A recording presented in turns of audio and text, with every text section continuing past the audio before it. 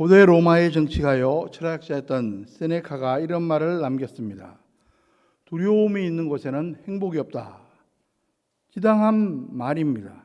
우리가 세상을 살아가면서 불행해지는 가장 중요한 이유 중 하나는 바로 두려움입니다. 두려움 때문에 마음이 흔들리고 일을 그르치게 됩니다. 만약 우리에게 두려움이 없다면 어떤 상황이 닥쳐도 문제가 되지 않을 겁니다. 두려움을 해결할 수만 있다면 우리는 얼마든지 행복해질 수 있습니다. 그러면 과연 어떻게 해야 두려움을 극복할 수 있습니까? 의식주 문제를 해결하고 환경과 조건의 개선으로 가능합니까? 만일 그렇다면 이미 두려움의 문제가 완전히 해결되었어야 합니다. 옛날에 비해 오늘날 얼마나 풍요로워지고 모든 환경이 좋아졌습니까? 그럼에도 불구하고 인간의 마음속에는 여전히 두려움이 자리 잡고 있습니다. 그것은 오직 전능하신 하나님만이 해결해 줄 수 있습니다. 그러므로 두려움을 극복할 수 있는 유일한 방법은 신앙생활을 잘 하는 것입니다. 정말 그렇습니다. 우리가 신앙생활하면서 얻는 축복 중 하나가 바로 두려움을 극복할 수가 있다는 것입니다. 그래서 마음의 평안을 지킬 수 있고 어려운 상황 속에서도 담대하게 이겨나갈 수 있다는 말씀입니다. 그런데 하나님을 믿노라 하는 성도들 중에서도 많은 사람들이 여전히 두려워합니다. 실패할까 봐, 망할까 봐, 아플까 봐, 죽을까 봐. 그 외에도 별의별 이유 때문에 두려워합니다. 전능하신 하나님을 주님이라 아버지라 부르면서도 말입니다. 왜 그렇습니까? 그것은 믿음이 작아서이기 때문입니다. 정말 구원받은 성도라면 최소한의 믿음은 가지고 있을 겁니다. 그러나 그 믿음의 크기, 사이즈가 작으면 하나님은 잘 보이지 않고 눈앞에 현실만 크게 보입니다. 반대로 동일한 상황이라도 믿음의 사이즈가 크면 하나님을 바라보므로 두려움을 넉넉히 극복합니다. 그렇다면 이런 공식이 성립됩니다. 믿음과 두려움은 반비례한다. 믿음이 작아지면 두려움이 커지고 믿음이 커지면 두려움은 작아진다. 그러므로 우리가 세상을 살면서 두려움에서 벗어나는 길은 바로 믿음의 크기, 믿음의 사이즈를 계속 키워나가는 것입니다. 그래서 하나님께서는 우리에게 끊임없이 믿음을 키워주십니다. 성경에 나오는 모든 인물들의 경우를 보면 예외 없이 다 그러했습니다.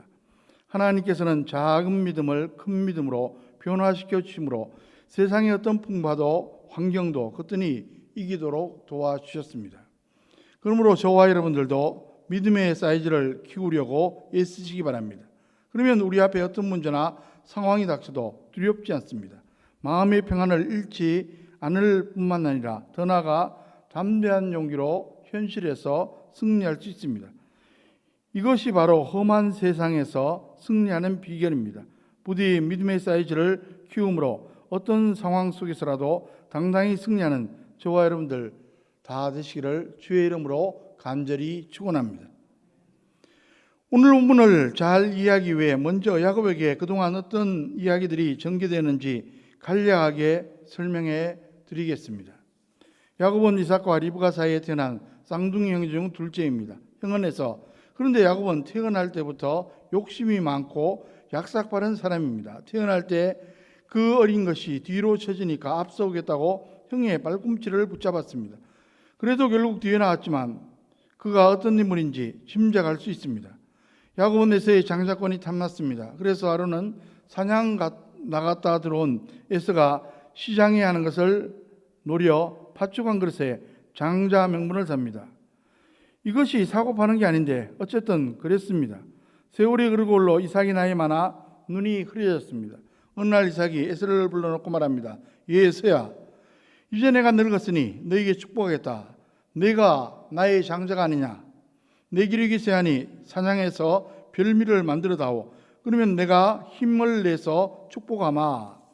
에서는 신바람에 나서 사냥을 나갑니다. 마침 그 말을 리브가가 엿듣습니다. 리브가는 야곱과 작당하고 이삭을 속입니다.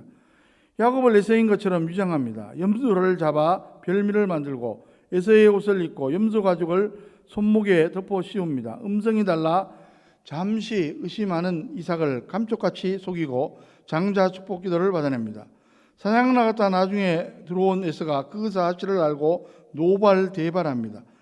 에서가 보복하려고 하자 그는 무서워서 가나안 땅에서 멀리 바단 아람으로 야반 조주합니다. 이렇게 해서 고향 브엘세바를 떠나 바단 아람으로 떠납니다. 바단 아람은 하란 땅으로 지금의 터키 남부 지방입니다.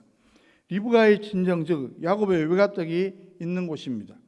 브엘세바에서 바단 아람까지 거리는 대략 800km쯤 되었으니까 당시로는 엄청 먼 거리였습니다. 그로부터 20년 동안 외삼촌 라반의 집에 살면서 온갖 고초를 다 겪게 됩니다. 하지만 하나님의 은혜로 거부가 되어 이제 고향으로 귀향합니다. 그런데 막상 가나안 땅이 가까워지자 두려움이 엄습해 왔습니다. 형 에서가 아직도 원한을 품고 있으면 어쩌나 몹시 두려웠습니다. 어쩌면 20년 전 고향을 떠날 때보다 더 큰 두려움이 있었는지 모릅니다. 왜냐하면 그때는 혈혈단신이었지만 지금은 딸린 식솔들과 가축들이 굉장히 많아졌기 때문입니다. 인간의 조건이 좋아진다고 두려움이 사라지는 게 아니라 오히려 더 커질 수도 있습니다. 고향이 가까워지면서 두려움이 점점 더 커지는데 바로 그때 어떤 일이 있었습니까? 하나님께서 천사를 보내 야곱을 위로해 주셨습니다. 오늘 본문 1절, 2절 말씀을 보십시오. 1절, 2절 말씀입니다. 야곱이 길을 가는데 하나님의 사자들이 그를 만난지라. 야곱이 그들을 볼 때 이르기를 이는 하나님의 군대라 하고 그 땅 이름을 마하나임이라 했더라. 야곱에게 하나님의 사자들 즉 천사들의 군대가 나타난 것입니다. 야곱은 그 광경을 보고 그곳의 지명을 마하나임이라 붙입니다. 마하나임은 복수형으로 두 진영이란 뜻입니다. 여러분, 천사는 영적인 존재입니다. 본래 육신이 없기 때문에 육안으로 볼 수 없지만 아마 하나님께서 특별히 보여주신 것 같습니다. 한둘이 아니라 두 큰 무리가 군대처럼 모였는데 잘 보니까 두 개의 진영을 이루고 있었습니다. 야곱 일행을 앞뒤로 에워싸며 호위하고 있다는 것입니다. 성경에 보면 천사의 존재에 대해 언급하는 구절들이 많이 있습니다. 구약에는 100회 이상, 신약에는 160회 이상 언급되어 있습니다. 그 중에 구약 두 구절만 인용해 봅니다. 시편 34편 7절에 여호와의 천사가 주를 경외하는 자를 둘러진치고 그들을 건지시는도다. 시편 91편 11절에 그가 너를 위하여 그의 천사들을 명령하사 내 모든 길에서 너를 지키게 하심이라. 이와 같이 천사가 야곱에게 나타난 것은 이번이 처음은 아닙니다. 20년 전 고향을 떠날 때도 나타난 적이 있습니다. 창세기 28장 10절에서 22절까지 말씀을 보면 에서가 혹시 추격할까 봐 혼비백산하여 전력을 다해 도망쳤습니다. 한참 달려가다 해도 지고 지친 나머지 돌배를 하고 들판에 누워 잠을 잡니다. 그런데 꿈에 사닥다리가 보이고 그 위로 아래로 하나님의 사자들이 오르락 내리락 합니다. 그리고 하나님의 음성이 들려왔습니다. 야곱은 깜짝 놀라 깨어나 고백합니다. 하나님께서 여기에도 계시는구나. 그리고 그곳 이름이 본래 루스였는데 베델 하나님의 집이라 개명합니다. 그때 하나님께서 야곱에게 약속의 말씀을 주셨습니다. 이를 가리켜 소위 베델 언약이라고 말합니다. 창세기 28장 15절에 내가 너와 함께 있어 내가 어디로 가든지 너를 지키며 너를 이끌어 이 땅으로 돌아오게 할지라. 내가 내게 허락한 것을 다 이루기까지 너를 떠나지 아니하리라 하신지라. 베델 언약의 요지는 내가 항상 너와 함께하리라 입니다. 언제든지 무엇을 하든지 동행해 주시겠다는 약속입니다. 하나님께서 이 약속대로 20년 동안 동행해 주셨습니다. 그리고 축복해 주셨습니다. 그 결과 개나리 보침 하나 들고 떠났던 그가 이제 거부가 되어 돌아온 것입니다. 그 약속대로 하나님께서는 이번에도 천사의 군대를 보내 야곱을 위로해 주셨습니다. 한마디로 말해서 언약을 재확인해 주신 겁니다. 그런데 문제는 그 언약에 대한 반응입니다. 큰 믿음으로 확신하면 담대한 용기로 승리할 수 있는데 작은 믿음밖에 없으면 여전히 두려움으로 흔들게 됩니다. 안타깝게도 야곱이 그러했습니다. 구약 열왕기하 6장을 보면 엘리사의 이야기가 나옵니다. 그 당시 아람은 강대국으로 북이스라엘의 적성국가였습니다. 국경을 넘나들며 계속 괴롭혔습니다. 그런데 엘리사가 하나님의 계시로 적군의 동태를 파악해서 대비케 한 후로는 아람 군대가 계속 패퇴합니다.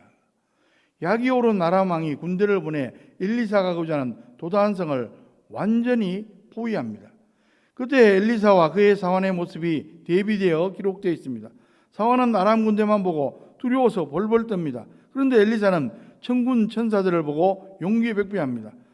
엘리사는 믿음이 없는 사환을 위해 간절히 기도합니다. 열왕기하 6장 17절에서 기도하여 이르되 여호와여 원하건대 그의 눈을 열어서 보게 하옵소서니 여호와께서 그 청년의 눈을 여심해 그가 보니 불말과 불병거가 산에 가득하여 엘리사를 둘렀더라.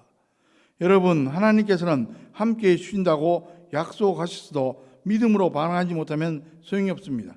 여전히 두려워하고 흔들립니다. 지금 야곱이 그러했습니다. 물론 야곱에게 믿음이 있었겠지만 작은 믿음에 불과했습니다. 확신 대신 의심이 그의 마음속에 자리 잡고 있었습니다. 마하나임 천사들의 군대를 보고도 두려워합니다. 입술로는 하나님의 군대가 와 있다고 고백했지만 온전히 믿지 못하므로 두려워할 수밖에 없었습니다. 야곱은 먼저 종들을 염탐하러 보냅니다. 그들이 에서의 동태를 살펴보고 돌아와 보고합니다. 에서가 400명의 사람들을 거느리고 야곱을 만나러 오고 있다는 내용이었습니다. 그때 야곱의 모습이 어떠합니까? 32장 7절 8절 말씀을 보십시오. 야곱이 심히 두렵고 답답하여 자기와 함께한 동행자와 양과 소와 낙타를 두 떼로 나누고 이르되 에서가 와서 한 떼를 치면 남은 한 떼는 피하리라고. 그는 두려움을 극복하기 위해 믿음으로 반응하기보다는 또 인간적으로 반응합니다. 일종의 작전을 짠 겁니다. 가축들을 분산해서 보내므로 에서의 마음을 사려고 합니다. 그리고 식솔들은 덜 중요시 여기는 순서대로 배치합니다. 그리고 자신은 맨 뒤에 위치합니다. 여차하면 도망치겠다는 속셈이었습니다. 여러분, 인간이 장꾀를 부리고 작전을 짠다고 두려움이 사라집니까? 그렇지 않습니다. 여전히 두렵습니다. 야곱이 스스로 생각해도 시원치 않아서인지 이번에는 기도합니다. 32장 11절 말씀을 보십시오. 내가 주께 간구하오니 내 영의 손에서 에서의 손에서 나를 건져 내시옵소서. 내가 그를 두려워하면 그가 와서 나와 내 씨앗을 칠까 겁이 나기 때문입니다. 야곱이 장꾀를 부려보아도 기도해보아도 여전히 두려움이 가시지 않습니다. 에서와 400여 명의 군사들의 모습만 눈앞에 어른거려 너무나 두려웠습니다. 여기서 우리는 중요한 사실을 확인할 수가 있습니다. 믿음이 없으면 인간의 방법을 써도 두렵고 심지어 기도를 해도 소용이 없습니다. 야고보는 의심을 품고 기도하는 것이 얼마나 어리석은 일인지 이렇게 말씀합니다. 야고보서 1장 6절 7절에 오직 믿음으로 구하고 조금도 의심하지 말라. 의심하는 자는 마치 바람에 밀려 요동하는 바다 물결 같으니 이런 사람은 무엇이든지 죽게 얻기를 생각하지 말라. 여기서 의심하다는 단어 원어는 헬라어로 디아크리노인데 이 단어는 디아 사이라는 단어와 크리노 분리시키다라는 단어의 복합어입니다. 그러니까 의심이란 마음이 두 갈래로 갈라지는 상태를 의미합니다. 확신하지 못하고 주저하는 상태입니다. 그런 거 아닌가? 될까 안 될까? 안절부절 못하는 것입니다. 이처럼 믿음에 의심이 섞인 것이 바로 작은 믿음입니다. 이런 작은 믿음으로는 결코 두려움을 이기고 승리할 수가 없습니다. 그런데 한참 후에 야곱에게 놀라운 일이 일어납니다. 창세기 33장으로 건너뛰어가면 새로운 모습의 야곱을 발견할 수 있습니다. 야곱은 두려움을 이기고 담대하게 에서를 맞이합니다. 그리고 더 놀라운 것은 그렇게 하니까 모든 문제가 순식간에 눈 녹듯이 해결되었다는 사실입니다. 다음 주에 볼 말씀이지만 창세기 33장 3절 4절 보면 자기는 그들 앞에서 나아가되 몸을 7번 땅에 굽히며 그의 형 에서에게 가까이 가니 에서가 달려와서 그를 맞이하여 안고 목을 어긋맞추어 그와 입맞추고 서러우니라.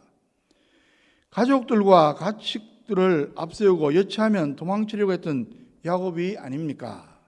그런데 야곱이 맨 앞으로 나갑니다. 그리고 에서를 맞이합니다. 절을 하지만 그렇다고 비굴한 모습은 아닙니다. 그러자 에서가 달려와서 야곱을 얼싸안고 입을 맞춥니다. 둘이 얼싸안고 엉엉웁니다. 완전 이산 가족 상봉입니다. 그리고 예물을 주려고 해도 에서가 사양합니다. 결국 주기는 했지만 20년 묵은 고질적인 문제가 단번에 싹 해결된 것입니다. 그러면 과연 이렇게 놀라운 일이 어떻게 일어났습니까? 야곱에게 큰 믿음이 생겼기 때문입니다. 마음의 의심 대신 확신으로 충만해지자 야곱은 두려움을 이기고 담대한 용기로 현실에서 승리할 수가 있었습니다. 루마니아가 공산치하에 있을 때 범블란트 목사님이 복음을 전하다 투옥되었습니다. 그는 감옥에서 매일 성경을 읽었습니다. 그런데 가만히 살펴보니까 두려워 말라는 말씀이 자주 등장하는 겁니다. 그래서 도대체 몇 번이나 나오나 다 세어보았습니다. 그랬더니 365번 나오는 겁니다. 범블란트 목사님은 이렇게 생각했습니다. 1년 365일 매일 하나님의 약속을 기억하고 두려워하지 말라는 뜻이구나. 그는 그 약속의 말씀을 매일 붙잡고 기도하면서 당당히 승리할 수가 있었습니다. 여러분, 우리가 사는 세상은 한마디로 험악한 세상입니다. 불확실한 세상입니다. 우리가 살아가는데 어려운 문제들이 얼마나 많습니까? 그런데 더 큰 문제는 두려움입니다. 두려워하면 결국은 지는 겁니다. 코로나19 사태로 인해 성도들의 믿음이 점점 약화되어 가고 있는 작금의 상황입니다. 과연 저와 여러분들은 어떻게 이 두려움을 이길 수 있습니까? 마하나임의 믿음이 있어야 합니다.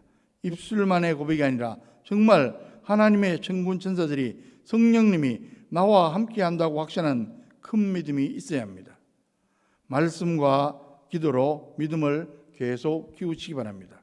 그리하여 험악한 세상, 불확실한 세상 속에서도 용기 백배하여 당당히 승리하며 살아가는 저와 여러분들, 저와 여러분의 가정, 자녀, 후손들 다 되시기를 주님의 이름으로 간절히 축원합니다. 본문 중요한 부분을 좀 더 자세하게 살펴보도록 하겠습니다. 32장 3절부터 5절까지 말씀입니다.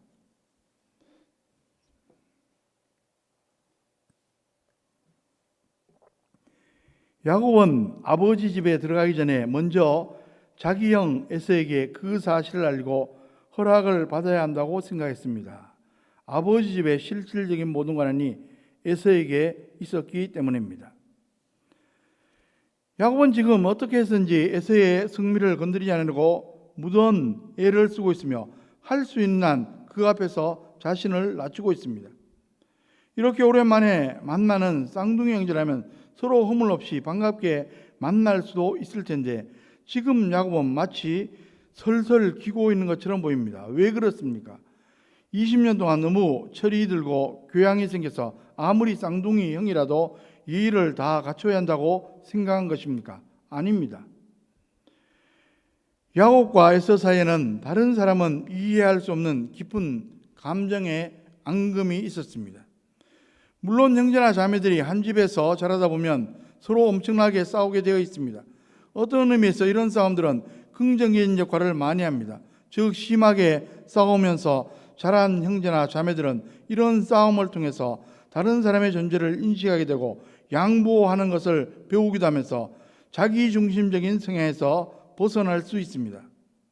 이렇게 싸울 때 부모가 어느 한쪽을 일방적으로 편들거나 다른 한쪽을 따돌리면 열등감이나 상처가 생길 수 있지만 단지 자기들끼리 싸우는 것은 마음의 상처로 남지 않습니다. 그러나 오늘 본문을 좀 깊이 보면 야고보에서는 쌍둥이 형제 사이면서도 서로 간에 아주 심한 거부감과 적개심을 가지고 있는 것을 볼 수 있습니다. 이것은 형제끼리 경쟁하느라고 생긴 콤플렉스가 아닙니다. 신앙 때문에 생긴 열등감이고 상처입니다. 그래서 심리학자들은 이 증상을 정확히 이해할 수 없습니다. 신앙 없는 사람은 모든 것을 세상적인 기준으로 평가합니다. 예를 들면 얼마나 많은 재산을 가지고 있고 얼마나 높은 위치에 올라가 있느냐, 얼마나 큰 집에서 살고 있으며 그 집 아이들은 어떠냐 하는 것으로 사람을 평가합니다. 그래서 재산이 많고 권세가 있는 사람은 기꺼이 인정하는 데 비해 가진 것 없이 초라하게 살고 있는 사람은 업신여깁니다.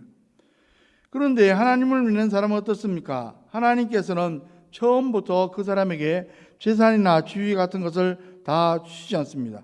오히려 어떤 때는 가지고 있는 재산이나 지위나 건강을 빼앗아가면서 그 사람의 내면을 바꾸십니다. 그 사람의 가치관, 삶의 방식을 뜯어고쳐서 그 속 사람을 변화시킵니다. 신앙을 가진 사람을 가장 괴롭히는 가시는 같은 집안에 살면서도 가치관이 다른 형제나 가족들입니다. 그런 내면적인 변화라든지 영적인 성숙 같은 것은 인정하지도 않을 뿐더러 관심이 하나도 없습니다. 그들이 믿는 형제들에게 질문하는 것은 내가 그렇게 똑똑하고 신앙이 좋다면 왜 돈은 제대로 못 버느냐, 그렇게 말하기도 합니다. 에서는 그 당시 기준에서 볼 때 대단히 뛰어난 사람이었습니다. 그 당시에는 남성다움이 뛰어난 남자의 기준이었고, 남성다움이 뛰어난 남자의 기준이었고, 남성다움의 조건은 사냥을 얼마나 잘하느냐는 것이었습니다. 그런데 에서는 대단히 뛰어난 사냥꾼인데다가 온몸이 털로 뒤집혀 있는 남자 중에 남자였습니다. 그러나 그는 내면 생활이라는 것을 별로 인정하지 않았습니다. 반면에 야곱은 내면에 관심이 있었습니다. 에서와 야곱이 아버지의 축복을 받으려 한 동기나 의미도 서로 달랐습니다. 에서는 그 축복을 통해서 명실공히 그 가정의 책임자가 되려고 했고, 야곱은 하나님의 축복을 받으려고 했습니다. 4절 하반절로 5절 상반절입니다. 32장 4절 하반절로 5절 상반절입니다.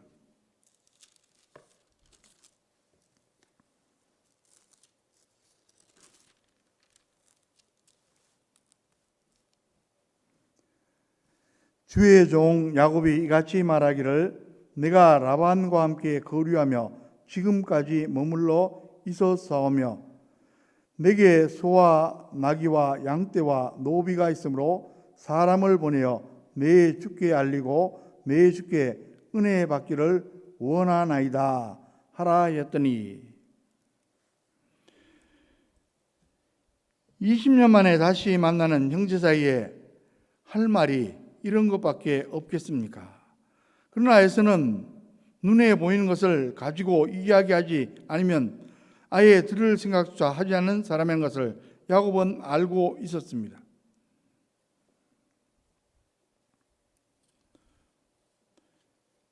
야곱은 에서의 성미를 건드리지 않으려고 최대한 공손하게 자기가 왔다는 사실을 알며 그의 양해를 구하고 있습니다.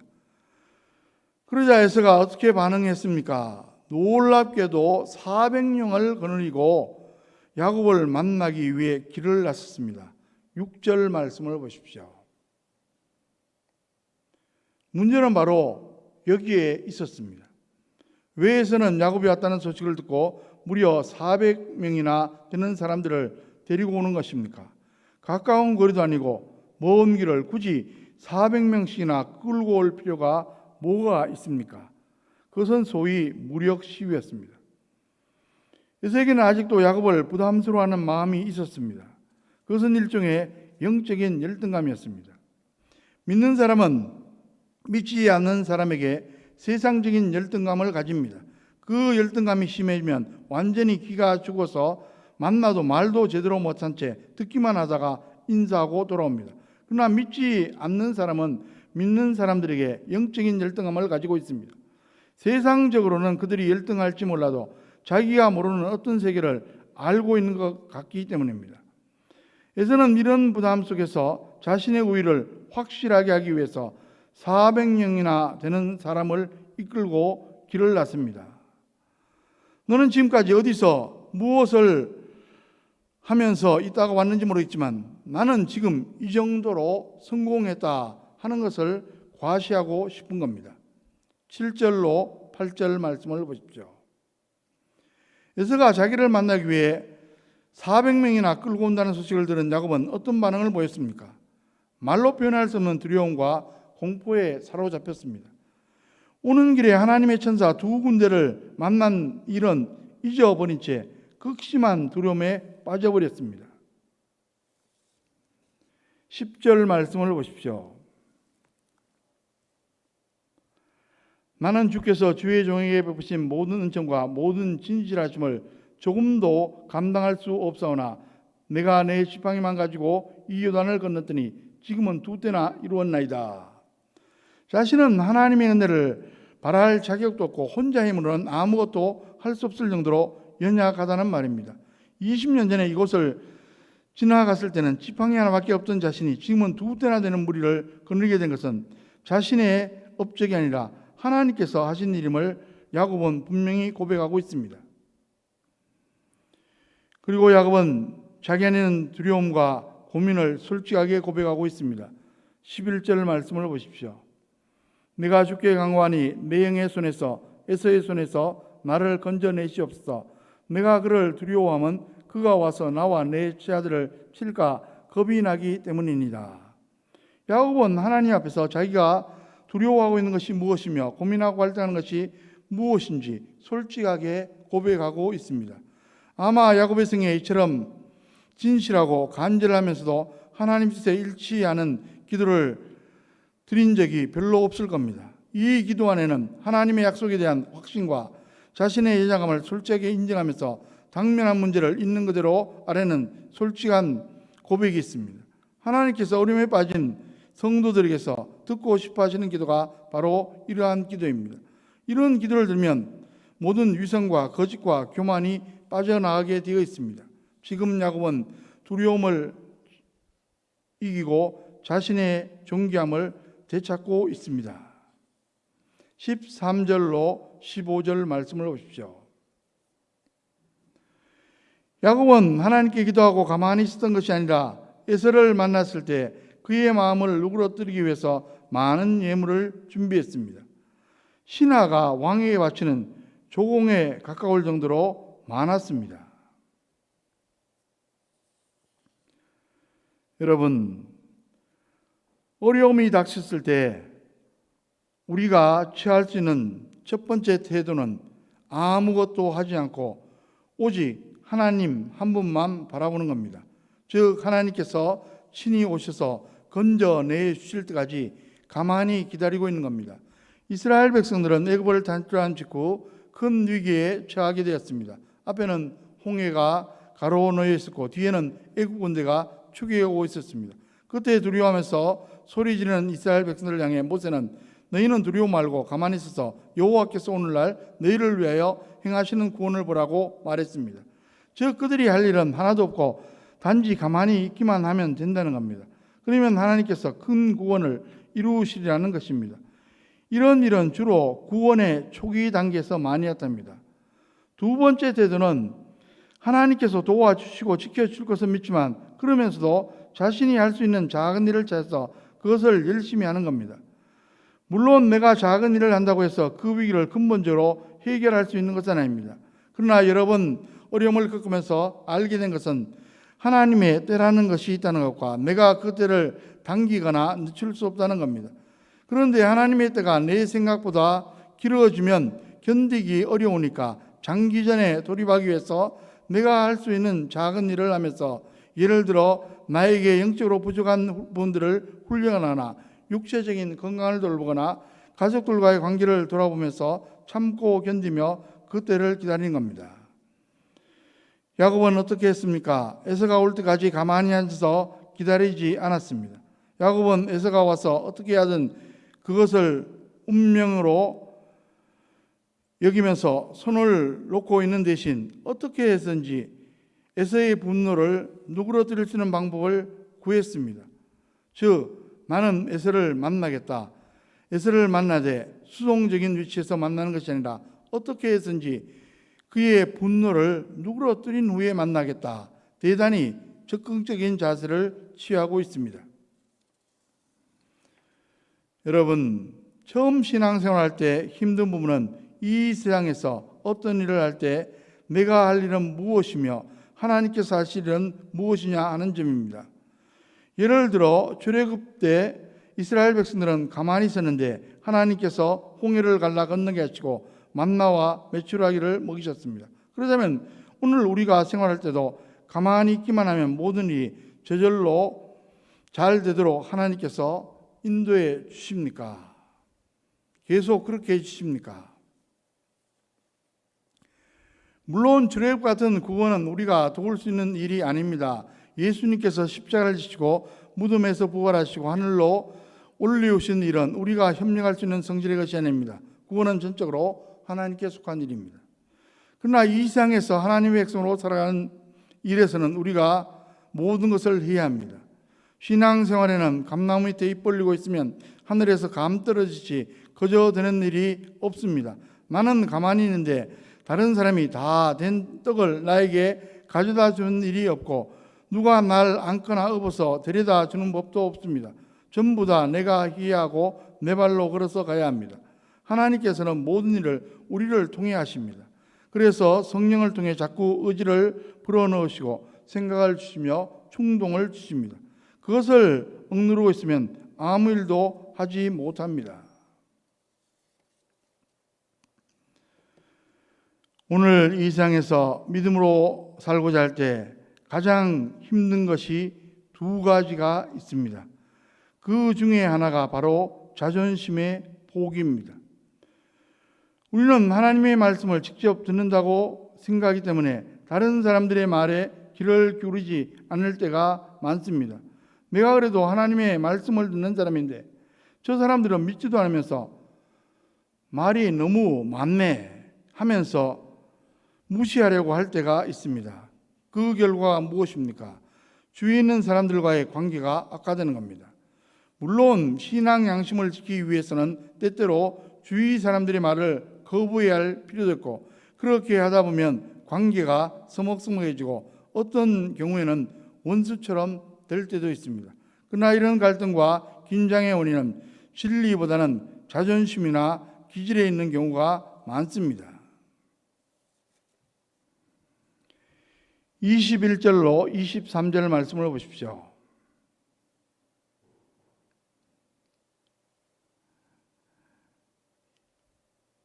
아내와 자식들까지 나루를 건너게 하고 야곱은 자기 혼자만 강 반대편에 머물렀습니다. 말하자면 가족들을 인간방패로 삼은 겁니다. 여차하면 자기 혼자라도 도망치겠다는 속셈이었는지 모릅니다. 여러분, 인간이 제 아무리 지식과 경험이 많고 소유가 많아도 한계에 부딪힐 때가 있습니다. 나루 이쪽에서 혼자 있었지만 밤이 되면서 갈수록 더 불안해집니다. 그런데 그 밤에 어떤 일이 일어납니까? 택한 백성을 포기하지 않는 하나님께서 야곱에게 나타나십니다. 24절 말씀을 보십시오. 야곱은 홀로 남았더니 어떤 사람이 날이 새도록 야곱과 씨름하다가 갑자기 어떤 사람이 등장합니다. 얼마나 놀랐겠습니까? 여기서 어떤 사람은 누구입니까? 하나님께서 보내신 천사입니다. 어떤 신학자들은 보통 천사가 아니고 예수 그리스도께서 인간의 모습으로 성육신하시기 전 구약시대에 이따금 천사의 모습으로 나타났던 케이스 중에 하나로 해석합니다. 어쨌든 중요한 것은 하나님께서 야곱을 찾아오신 건데 그것도 모르고 그 사람을 붙잡고 씨름을 합니다. 처음에는 몰랐던 것 같습니다. 정체불명의 사람이니까 혹시 예수가 보낸 자기에게라도 될까 봐 사력을 다해 싸웠는지도 모릅니다. 천사가 나타나 씨름하다 야곱이 너무나 집요하니까 허벅지 관절을 내리쳐서 허벅지 관절이 어긋나게 합니다. 그는 절개되는데 이를 통해 새로운 영적인 체험을 하게 됩니다. 25절 말씀을 보십시오. 자기가 야곱을 이기지 못함을 보고 그가 야곱의 허벅지 관절을 치매 야곱의 허벅지 관절이 그 사람과 씨름할 때 어긋났더라. 왜 하필이면 허벅지 관절을 치셨습니까? 허벅지 관절이 가장 강한 관절이라고 말합니다. 그러니까 야곱의 고집스러운 옛사람의 자아를 꺾으신 겁니다. 야곱은 이때부터 평생 절며 살게 됩니다. 31절 말씀을 보십시오. 그가 분이엘을 지날 때 해가 돋았고 그의 허벅다리로 말미암아 절었더라. 여러분, 이 장면을 보면서 어떤 느낌이 드십니까? 불쌍해 보이십니까? 겉으로 보면 그렇습니다. 하지만 영적으로 보면 오히려 좋아진 겁니다. 은혜가 넘칩니다. 밤새 천사와 씨름하고 살아계신 하나님을 만나자 야곱의 마음은 모든 두려움이 사라지고 평안을 얻었습니다. 그런 영적 사건을 상징적으로 보여주는 표현이 무엇입니까? 해가 돋는 모습입니다. 감정이입의 표현입니다. 햇빛이 환하게 비춰오듯 그의 마음속에 하나님의 신령한 기쁨이 흘러넘친 것입니다. 그곳 이름을 하나님의 얼굴 분이엘로 명명한 것도 같은 의미입니다. 이렇게 해서 야곱이 놀랍게 변화됩니다. 나 중심의 사람이 하나님 중심의 사람으로 이제는 죄와 욕심이 비자는 옛사람이 하나님의 다스림, 하나님의 통치를 따라가는 새 사람으로 변화된 것입니다. 그렇습니다. 우리 인생의 고난이 유익한 이유가 바로 여기에 있습니다. 고난이 고단하고 불편한 것은 사실이지만 우리를 하나님 앞에 겸손하게 만들어주고 하나님께서 진정한 주인 되심을 깨닫게 해줍니다. 시편 119편 67절에 고난 당하기 전에는 내가 그렇게 하였더니 이제는 주의 말씀을 지키나이다. 고난 당하기 전에는 제멋대로 살았다 이 말입니다. 그런데 고난 가운데 연단되면서 하나님께서 어떤 분인지 몸소 체험하고 하나님 앞에 겸손해졌다는 말씀입니다. 허벅지 관절이 어긋나면서 야곱이 정신이 확 들었습니다. 순간 야곱에게 살아계신 하나님을 의지하는 신앙이 솟구쳤습니다. 26절을 보십시오. 그가 이르되 날이 세리하니 나로 가게 하라. 야곱이 이르되 당신이 내게 축복하지 않으면 가게 하지 아니하겠나이다. 그래서 사력을 다해 이제는 육체의 씨름이 아니라 영적인 씨름을 합니다.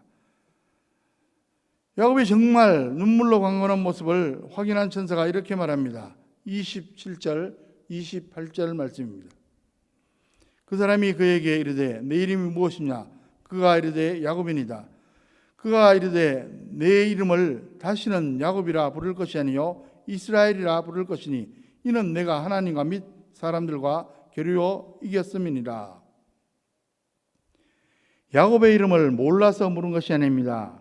내 자신의 과거 모습이 뭐냐 이것입니다. 옛사람의 모습입니다. 그리고 새 이름을 붙여줍니다. 야곱은 발꿈치를 잡는 자, 즉 사기꾼이고 실패자라는 뜻입니다. 이스라엘은 무슨 뜻입니까? 하나님과 겨루어 이긴 자, 승리자라는 뜻입니다.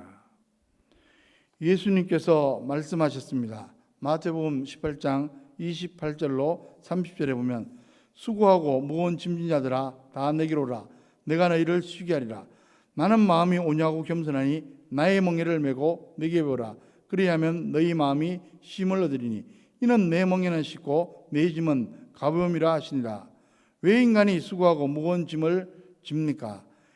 옛사람의 자아를 가지고 죄성과 욕심 등 고집으로 자기 인생을 스스로 살려고 하니까 공고한 것입니다. 이제는 다 내려놓고 살라는 말씀입니다. 그리고 예수님의 주권을 인정하고 인생의 주인이신 그분께 순종하며 살라는 것입니다. 이것이 바로 예수님의 멍에를 매는 것입니다. 그러면 평안해집니다. 은혜가 풍성해집니다. 여러분 다시 야곱의 모습을 생각해 보십시오. 그는 이제 허벅지 관절이 어긋나서 도망도 못 갑니다. 인간적으로 보면 정말 큰일이 났습니다. 그런데 자기 자신이 변화되니까 오히려 평안해졌습니다. 담대해졌습니다. 그리고 나중에 보면 에서와 감격적인 상봉을 합니다. 바울도 다메섹에서 부활의 주님을 만났습니다. 그전에는 악명 높은 핍박자였던 그가 부활하신 주님을 만나고 변화됩니다. 새 사람이 됩니다. 그 흔적이 고질적인 안질인데 그 고통이 평생 같습니다. 그는 고민하면서 기도합니다. 그러나 주님은 은혜가 족하니까 그냥 살라고 말씀해 주십니다. 약하니까 오히려 주님 의지하며 살아야 은혜가 넘치고 주님의 능력이 나타나 현실에서도 승리할 수 있다는 말씀입니다. 사도 바울의 유명한 고백입니다. 고린도후서 12장 10절에 그러므로 내가 그리스도를 위하여 약한 것들과 능력과 궁핍과 박해와 공고를 기뻐하노니 이는 내가 약한 그때에 강함이라. 이제 말씀을 정리합니다. 한 사람의 얘기를 합니다. 엄상익 변호사의 이야기입니다. 그분은 대도, 조세영, 탈주범, 신창원 등을 변호해서 유명해진 분이십니다. 모든 것을 기도하면서 주님의 뜻대로 처리하고 애쓰는 신실한 그리스도인 변호사입니다. 그의 간증에 하면 본래부터 그런 사람은 아니었습니다. 그에게도 야구 같은 사건이 있었습니다. 어느 날 퇴근하려고 운전석에 앉았는데 손가락에 감각이 없습니다. 병원에 갔더니만 전신에 말초신경이 파괴되는 희귀병이라는 것입니다. 기가 막혔습니다. 아내는 옆에서 눈물로 기도만 하고 있었고 자신은 아무것도 할 수가 없었습니다. 그러다가 정신을 바짝 차리고 기도하기 시작합니다. 오랜 시간 눈물의 기도를 드린 후 발가락부터 서서히 회복되기 시작했고 결국은 전신이 회복됩니다. 그러면서 새 사람으로 태어날 수 있었습니다. 그의 이름도 바뀌었습니다. 기도하는 변호사, 복음 전하는 변호사. 우리는 하나님의 자녀가 되어 새 이름을 얻었고 하나님과 씨름하여 이기는 사람이 되었고 언제나 하나님의 은혜의 보좌 앞에 예수님의 이름으로 담대히 나아갈 수 있는 사람이 되었습니다. 이제는 우리가 비록 부족하여도 예수님의 이름으로 나아가 때를 따라 돕는 은혜를 받을 수 있습니다. 야곱은 죄가 크고 많은 사람입니다. 아버지를 상대로 사기쳤으니 얼마나 큰 죄인입니까? 그런데도 야곱은 큰 은혜를 받았습니다. 우리도 야곱 같은 사람이었습니다. 그런데 우리가 하나님의 은혜를 입어 하나님의 자녀가 되었습니다. 그러나 우리는 은혜를 받은 존재이면서도 아직 하나님이 다루셔야 할 죄성들이 남아있는 존재입니다. 이 남은 죄성으로 인해 우리는 야복 강가에 저르자란 씨름이 필요할 수도 있다는 말입니다. 이 씨름에서 이기만 하면 현재 우리가 당면하고 있는 문제, 사람과의 씨름에서도 다 이기게 될 것입니다. 우리는 모두 다 하나님과 씨름하는 사람들이고 하나님께서는 우리에게 져주시는 은혜로운 아버지 되십니다. 씨름에서 승리하고 모든 당면한 문제들에서 승리하는 저와 여러분의 가정, 자녀, 후손들 다 되시기를 주님의 이름으로 간절히 축원합니다. 기도하겠습니다.